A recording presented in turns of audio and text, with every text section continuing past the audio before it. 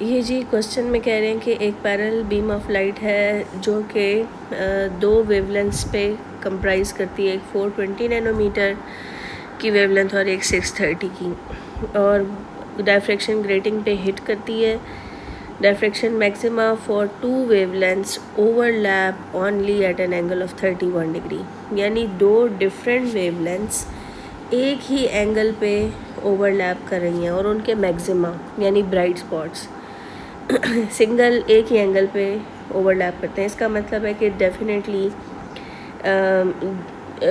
आपको पता है ना कि N lambda D sine theta के फार्मूले में अगर लैम्डा बड़ा हो तो एन छोटा होता है। इसका मतलब है कि 630 वाले वेवलेंथ से जो मैक्सिमा बन रहा होगा वो छोटा होगा, यानी ऑर्डर उसका छोटा होगा। मतलब कहने का ये है कि ये अगर आपके पास वो है क्या कहना चाहिए इसको, डायफ्रैक्शन ग्रेटिंग है और ये स्क्रीन है और ये आपको पता है ये 0th ऑर्डर होता है और ये आपकी डायफ्रैक्शन ग्रेटिंग है, तो 31 के एंगल पे आपका एक वेवलेंथ का अगर सेकंड ऑर्डर है, फ़र्ज़ करें मैं एग्ज़ाम्पल ले लेती हूँ, और वो सेकंड ऑर्डर जो है एक का है और दूसरे का थर्ड ऑर्डर होगा, सेम एंगल पे दोनों की आ रही होगी ब्राइट स्पॉट, दोनों का ब्राइट स्पॉट एक ही एंगल पे मिल रहा है आपको।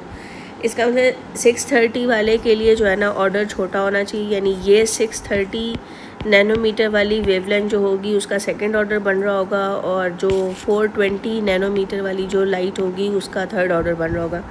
क्योंकि वेवलेंथ छोटी है तो ऑर्डर बड़ा होना चाहिए। अगर डी और साइन थीटा कांस्टेंट है, साइन थीटा आपको पता है ना कांस्टेंट है 31 है, और डी जो है वही डायफ्रैक्शन ग्रेटिंग है। अब उन्होंने ये कहा है कि आपने line spacing, what could be the line spacing, जो लाइन स्पेसिंग है वो डी होती है, वो आपने ढूंढनी है यहाँ पे। तो मैंने दो इक्वेशन बनाई कि अब मुझे ऑर्डर का नंबर नहीं पता है, इन्होंने क्वेश्चन में कहीं नहीं बताया कि ये कौन सा ऑर्डर है, फर्स्ट है या सेकंड है, कुछ नहीं बताया। तो मैं उसके लिए स्ट्रगल करने वाली हूँ कि एक इक्वेशन मैंने बना ली कि n1 और ये 420 और ये लिख लिया, दूसरे के लिए मैंने ये लिख लिया। अगर आप देख सकते हैं कि दोनों इक्वेशंस के राइट हैंड साइड बराबर हैं तो मैं ये लिख सकती हूँ 420 exponential -9 is equal to n2 630 exponential -9। यहाँ से जी n1 डिवाइडेड बाय n2 आ जाएगा 630 डिवाइडेड बाय 420 और ये आ जाता है जी 3/2। इसका मतलब ये हुआ कि आपकी n1 की वैल्यू जो है वो 3 बन रही है और n2 की वैल्यू आपकी 2 बन रही है। ठीक है जी, मतलब ये वाकई थर्ड ऑर्डर निकल आया, मैंने तो एज्यूम किया था, और ये सेकंड n2 जो है वो आपका सेकंड ऑर्डर निकल आया। लें जी, अब आपके लिए आसान हो गया काम।